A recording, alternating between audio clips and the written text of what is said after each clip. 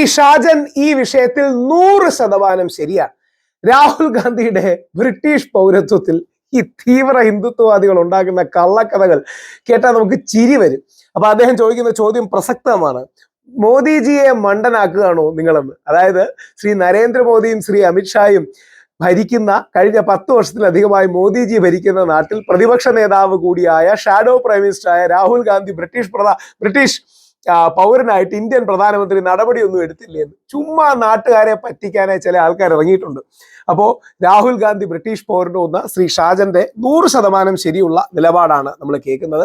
ഇന്നലെ അദ്ദേഹത്തിന്റെ ക്രിസ്ത്യൻ പള്ളികളെ കുറിച്ചുള്ള വീഡിയോ അതിരൂക്ഷമായി വിമർശിച്ചുകൊണ്ട് ഞാൻ വീഡിയോ ചെയ്തിരുന്നു. അങ്ങനെയാണ് ജനാധിപത്യം. അദ്ദേഹത്തെ എനിക്ക് ബഹുമാനമാണ്. അദ്ദേഹത്തിന്റെ ഒരു നിലപാട് എനിക്ക് യോജിപ്പുണ്ട്, ഞാനതിനെ അനുകൂലിക്കും. അദ്ദേഹത്തിന് എൻ്റെ ഒരു നിലപാട് യോജിപ്പുണ്ട്, അദ്ദേഹം എന്നെ എതിർക്കും, വിമർശിക്കും.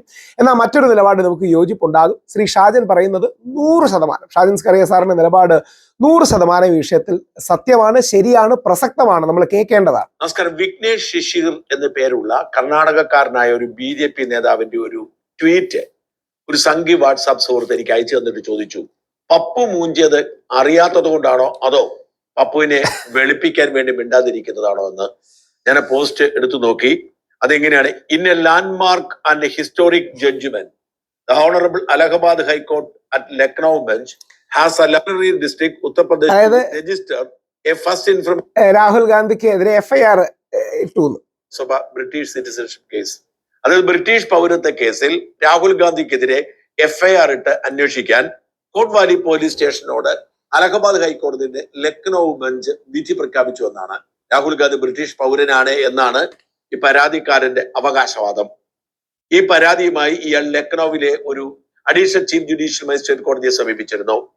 കോടതി അതിന്റെ പേരിൽ രാഹുലിനെതിരെ FIR എടുക്കാൻ വിസമ്മതിച്ചു. തുടർന്ന് അലഹബാദ് ഹൈക്കോടതിയുടെ ലക്നൌ ബെഞ്ചിനെ സമീപിക്കുന്നു. ലക്നൌ ഹൈക്കോടതിയുടെ സിംഗിൾ ബെഞ്ച് രാഹുൽ ഗാന്ധിക്കെതിരെ FIR എടുക്കാൻ ഉത്തരവിട്ടു. ഇതാണ് അദ്ദേഹത്തിന്റെ പ്രഖ്യാപനം. എന്നാൽ ഞാൻ കൂടുതൽ പരിശോധിച്ചപ്പോൾ ഒരു കാര്യം എനിക്ക് ബോധ്യപ്പെട്ടു. ഇതേ കോടതി തന്നെ ആ ഉത്തരവ് ടൈപ്പ് ചെയ്ത് പുറത്തിറക്കുന്നതിന് മുൻപ്, ഒരു ദിവസം തികയുന്നതിന് മുൻപ് ആ ഉത്തരവ് മരവിപ്പിച്ചു. എന്ന് വെച്ചാൽ കേസ് റദ്ദാക്കിയിട്ടില്ല, FIR ഇട്ട് കേസെടുക്കാനുള്ള ഉത്തരവ് മരവിപ്പിച്ചു. കോടതി പറഞ്ഞു ചില പിശകുകൾ സംഭവിച്ചു. സുപ്രീം കോടതിന് മുമ്പ് പല കേസുകളിലും ഉത്തരവിട്ടിട്ടുണ്ട്. ഇത്രയും ഗൗരവമേറിയ വിഷയങ്ങളിൽ FIR രജിസ്റ്റർ ചെയ്യുന്നതിന് മുൻപ് ആർക്കെതിരെയാണോ പരാതി അവരുടെ ഭാഗം കൂടി കേൾക്കണമെന്ന്. ഏപ്രിൽ 20 കേസ് മാറ്റിവെച്ചു. രാഹുൽ ഗാന്ധിക്ക് എന്തെങ്കിലും പറയാനുണ്ടെങ്കിൽ അതുകൂടി കേട്ടതിന് ശേഷം മാത്രം FIR ഇടണമെന്ന് പോലീസിന് തോന്നിയാൽ ഇട്ടാൽ മതി എന്ന് അതേ ബെഞ്ച് തന്നെ തിരുത്തി. ഇതോടുകൂടി രാഹുൽ ഗാന്ധിയുടെ ബ്രിട്ടീഷ് സിറ്റിസൺഷിപ്പ് കേസ് ഒരിക്കൽ കൂടി ചർച്ചകളിലായി.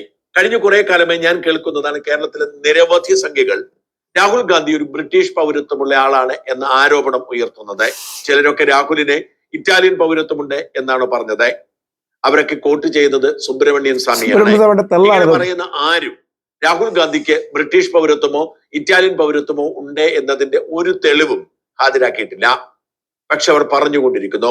നമ്മുടെ രാജ്യത്തെ നിയമം അനുസരിച്ച് ഇരട്ട പൗരത്വം അനുവദനീയമല്ല. ഒരാൾ വേറൊരു രാജ്യത്തെ പൗരത്വം എടുത്താൽ അയാൾ ഇന്ത്യൻ പൗരത്വം വേണ്ടെന്ന് വെക്കണം, സറണ്ടർ ചെയ്യണം. 2 പൗരത്വം ഒരേ സമയം തുടരുന്നത് നിയമവിരുദ്ധമായ പ്രവൃത്തിയാണ്, ജയിലിൽ അടയ്ക്കാൻ കഴിയും. എന്ന് മാത്രമല്ല, ഒരു വിദേശ പൗരന് ഒരിക്കലും ഇന്ത്യയിലെ ജനപ്രതിനിധിയായി മത്സരിക്കാൻ യോഗ്യതയില്ല.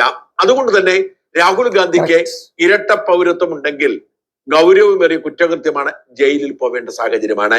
ഇക്കൂട്ടർ പറയുന്നത് രാഹുലിന് ഇരട്ട പൗരത്വമുണ്ട് എന്ന് തന്നെയാണ്. ഈ പറയുന്നവർ വാസ്തവത്തിൽ പരിഹസിക്കുന്നത് മോദിയെയും കഴിഞ്ഞ 12 വർഷം ഇന്ത്യ ഭരിച്ച BJP സർക്കാരിനെയുമാണ്.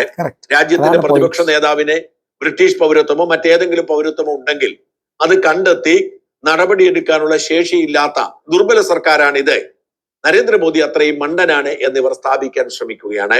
ഒരിക്കലും ഇത് സാധ്യമല്ലെന്നും അങ്ങനെ പറയുന്നത് വെറും നുണയാണ് എന്നതിനും ഒരു തർക്കവും വേണ്ട. അങ്ങനെ എന്തെങ്കിലും സാഹചര്യം ഉണ്ടെങ്കിൽ അത് കണ്ടെത്താനുള്ള ശേഷി, അതിന് പേര് നടപടിയെടുക്കാനുള്ള കഴിവ് മോദിക്കുണ്ട്, മോദിയുടെ ഗവൺമെന്റിനുണ്ട്. ഇങ്ങനെ ഒരു ആരോപണം ഉന്നയിക്കുന്നവർ വാസ്തവത്തിൽ മോദിയെയും BJPയെയും അപമാനിക്കുകയാണ്. പറയുന്നതാണ് വാസ്തവമെങ്കിൽ ഇവരെന്തിനാണ് രാഹുൽ ഗാന്ധിയെ ഇങ്ങനെ സംരക്ഷിക്കാൻ ശ്രമിക്കുന്നത്? ഈ പരാതിക്കാരൻ പറയുന്നത് ബ്രിട്ടനിൽ രാഹുൽ ഗാന്ധി ഡയറക്ടറായി രജിസ്റ്റർ ചെയ്ത ഒരു കമ്പനിയുടെ വിശദാംശങ്ങളാണ്.